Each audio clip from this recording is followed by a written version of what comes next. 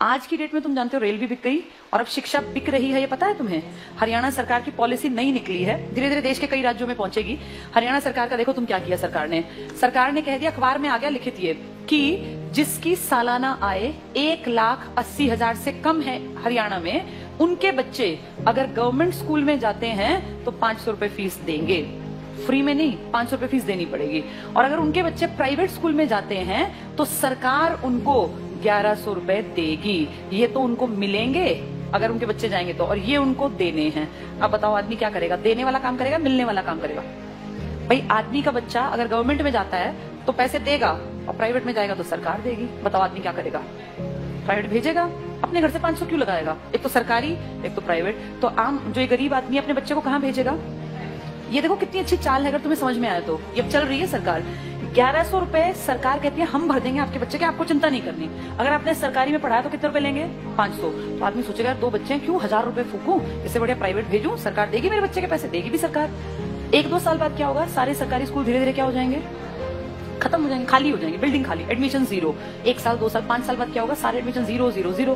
फिर सरकार दिखाएगी बजट में कि तो घाटे का नुकसान का सौदा है, सरकारी स्कूल बंद पड़े हैं जी, बिना बात इन टीचर्स को हम इतनी सैलरी दे रहे हैं, चपड़ासी रखे हुए हैं, हेडमास्टर है, कोई बेल बजाने वाला है, बच्चा तो कोई आता नहीं। तो कहेंगे काम करो, इसको बेचो, इस प्रॉपर्टी को बेचना स्टार्ट करो। सरकारी प्रॉपर्टी है, हर गांव में सरकारी स्कूल है। आप सोचो कितने स्कूल होंगे भारत में। धीरे धीरे करके अगले आने वाले 5 से 7 साल का भारत ऐसा बता रही हूँ मैं, जो होगा देखना तुम्हारे सामने। ये सारे स्कूलों का दाम निकलेगा, दाम इन द सेंस भाई जहां जितनी महंगी प्रॉपर्टी है महंगा। अब कौन खरीदेगा पूरे देश की बेल्ट को? जिसके पास पैसा है। तुम और मैं तो नहीं खरीद सकते देश के स्कूल, तो उस देश के पूरे स्कूलों को खरीदने का किसके पास पैसा है? अंबानी और अडानी ये ले लेंगे सरकार से कि जी हम इतने करोड़ रुपए आपको देते हैं सरकारी स्कूलों के बदले, हम डेवलप कर लेंगे। और फिर सरकार 1-2 साल बाद कहेगी हम बहुत नुकसान में जा रहे हैं, हमारे बस की 1100 रुपए देने नहीं है। अब गरीब आदमी फंस गया, उसका बच्चा उस टाइम तक 7वीं में पहुंच गया, मान लो पहली से स्टार्ट किया था, 5-6 साल दिए पैसे, अब अटका दिया, हम तो नहीं देंगे पैसे, पढ़ाना है पढ़ा लो, तो अनपढ़ रख लो। अब वो बेचारा गया कि वापस सरकारी में जाके देखो तो सरकारी पे तो ताला है, बोर्ड बदला हुआ है। किसके पास है वो बोर्ड? अब अंबानी। अब अंबानी अडानी प्राइवेट स्कूल है, तो वो जाके फीस पता करेगा तो भैया मैं तो नहीं पढ़ा सकता। वहां से भी गया और वहां की औकात नहीं है, दोनों गए। आने वाले समय में आदमी वो पढ़ा पाएगा जिसके पास बहुत ज्यादा पैसा होगा। देखते देखते तुम्हारी सारी सुविधाएं सरकार से छीन छीन के किसके पास पहुंचाई जा रही हैं? प्राइवेट। बस तुम्हें समझ में लेट आएगा, जब तक समझ में आएगा फिर चीख चिल्ला लेना, फिर थोड़ी ना कुछ होगा। सरकार वापस थोड़ी ना लेती है किसी भी चीज को, दे दी सो दे दी। मैं तुम्हें अपना एग्जाम्पल देती हूँ। जब मैं जॉब में आई थी ना, उस टाइम पर हमारा पहला बैच था जिनकी पेंशन बंद की गई थी। मैं उसकी खुद, जैसे मान लो लाइव तुम्हारे सामने एग्जांपल हूं, जिनकी सबसे पहली पेंशन बंद हुई वो हमारा बैच था। हमें समझ ही नहीं आया कि सरकार ने क्या किया, क्योंकि उस टाइम हमारी उम्र थी 20-21 साल।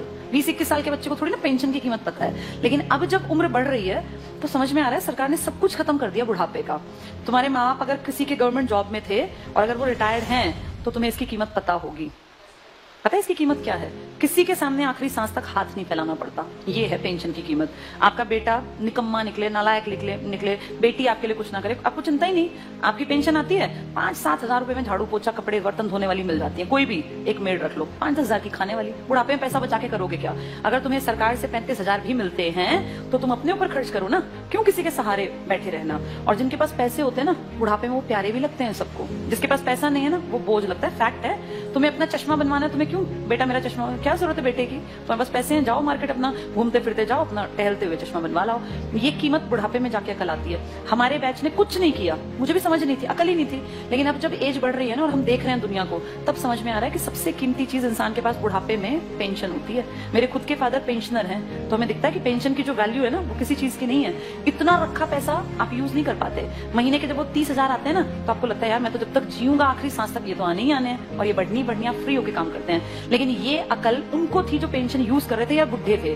पेंशन रोकी किसकी गई? जवानों की, जिनको अकल नहीं थी। हमें थोड़ी ना अकल थी 20-21 साल में कि पेंशन बंद करने से किसी ने कुछ कहा ही नहीं। सरकार ने सीधे कह दिया अब के बाद आगे जो बच्चे आएंगे नौकरियों में उनको पेंशन नहीं मिलेगी। अगर हमें अकल होती, सारे देश के लोग आवाज उठाते तो ना बंद होती पेंशन। अगर सब भाई किसानों ने क्या किया, इकट्ठे हुए तो क्या कृषि कानून वापस नहीं हुए ना? तो अकल हो तो आदमी उस टाइम पे सही डिसीजन ले ले। पर आज अब तुम कितनी कोशिश कर लो, क्या सरकार पेंशन बहाल कर देगी? नहीं करेगी। मतलब ना के बराबर है। एक आधा राज्य को करे, लालच में 1-2 साल में कह दे, पर वैसे नामुमकिन बराबर है। इसीलिए जब चीजें बंद हो रही होती है ना, तब जागना होता है कि सरकार गलत कर रही है। अब सरकार स्कूलों की तरफ गलत कर रही है।